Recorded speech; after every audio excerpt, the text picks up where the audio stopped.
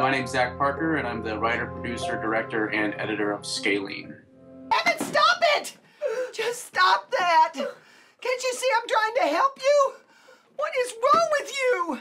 Now, we've seen a lot of films about perspective, but we haven't seen a film about perception before, about how multiple people can view the same event, but interpret them completely differently. And I was just trying to figure out how I can fit that sort of theme into a narrative and try to tell it in a new and interesting way. Have a seat. Hello. This is my son, Jacob. Hello, Jacob. I'm Paige. Jacob doesn't speak.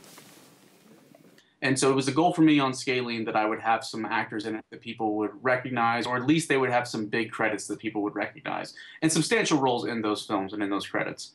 And so I actually got hooked up with a casting director named Rosemary Weldon out in LA that I had met, and we had no money put together. And so essentially she offered to help package it for free.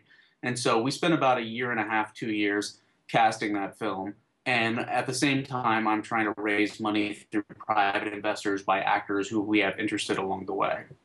Well, the strange thing was I actually wrote the film with Margot in mind. Though I didn't really know I was writing for her in a strange way. And we got about halfway into the first segment of the film, which is Margot's story, her character story. And he asked me sort of, how do you picture this character looking? And I had just recently seen $1 Million Baby again. And I said, you know the woman who plays Hilary Swank's mom in that film? Like, that's exactly the look. And then later when having conversations with the casting director, I sort of remembered that. Like I said, our cast director had a good reputation, so she was able to get the script into some of the bigger agencies. And so we got it directly to Margot's agent, and he sent it to her. She called me within 48 hours, said she really loved it, and was totally on board, you know, but then it was just a matter of going to raise the money at that point. With each film, as I'm getting involved with more and more experienced people, I try to stay a little more open as a filmmaker to things happening on set. Back in the early days, I would, storyboard the entire film or at least shot list the entire film. And now I have enough confidence that I know how to shoot a scene and I know how to cut a scene together. And when I'm using these great actors, I want to leave some room to breathe on set for them to bring ideas and for something unexpected to happen. And so with Scalene, that was sort of the first time we walked in, and we had a few scenes where I just walked in not with no sort of shot list whatsoever, and just sort of like, let's figure out what the scene is, and then I'll figure out how to shoot it. Well, I mean, this was my own sort of naivete getting into my first SAG film. Is at the beginning of the movie, Margot has to sort of fall through the door of Paige's house, and so when we got there, she's like, so what am I doing here? I'm like, oh, we've got a mat here and you're going to fall through this door. And she's like, honey, normally we'd have a stunt girl do this, like I am 60 years old. So it's like, yeah, we probably should do that. But Margot was, like the crew loved her. She was fantastic, like, really funny and just, curses like a sailor, which is awesome. The Scalene was shot entirely in and around Richmond, Indiana. Some of the benefits, of course, are that it's much cheaper. It's just much cheaper. On Scalene, we had about 18 different locations, and I spent, I think, $300 in locations. So I think the thing that brings a lot of production value to an independent film are lots of locations, to give your film a really vast landscape. So the first festival that I sent it to after it was complete was Dances with Films in LA.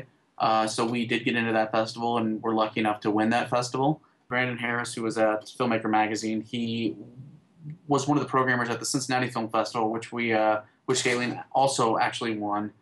And he suggested that there was a guy that he knew in Brooklyn that curated this theater, and that he was always looking for indies to sort of do week-long theatricals. And so he sent the film to Aaron Hillis there.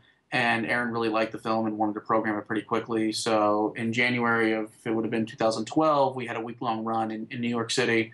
And that's when we ended up getting like this amazing New York Times review, Village Voice reviews, Variety, Filmmaker Magazine, and some other places.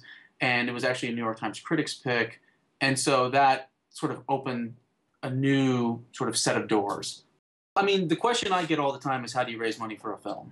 And the thing I think you finally have to realize is it's not a question that anybody else can answer. What you have to ask is, how can you raise money for a film? And so the best thing I could think of is you take an inventory of all of your resources, be that money, crew, cast, equipment, locations, everything. See how much you can realistically raise and what are all the different elements you can put together. And then structure a story that can show off who you are as a filmmaker with all of these elements. And so there's a film that you can realistically make, you know, that shows your voice. And that's how you can get a film made.